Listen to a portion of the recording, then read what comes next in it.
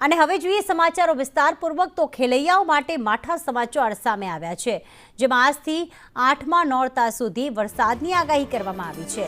એટલે કે આજથી લઈને 30 સપ્ટેમ્બર દરમિયાન ભારે વરસાદની સંભાવના, જેમાં બનાસકાંઠા, પાટણ અને મહેસાણા સિવાય અન્ય જિલ્લાઓમાં વરસાદની આગાહી જે છે તે કરવામાં આવી છે।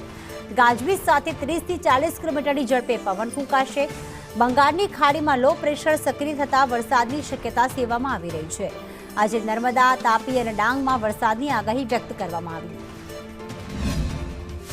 જ્યારે અને નવસારીમાં પણ ભારે વરસાદની આગાહી।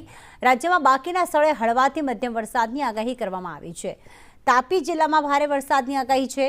ડાંગ જિલ્લામાં ભારે વરસાદ રહેશે। આ ઉપરાંત વલસાડમાં પણ ભારે વરસાદની સંભાવના હવામાન વિભાગ દ્વારા વ્યક્ત કરવામાં આવી છે।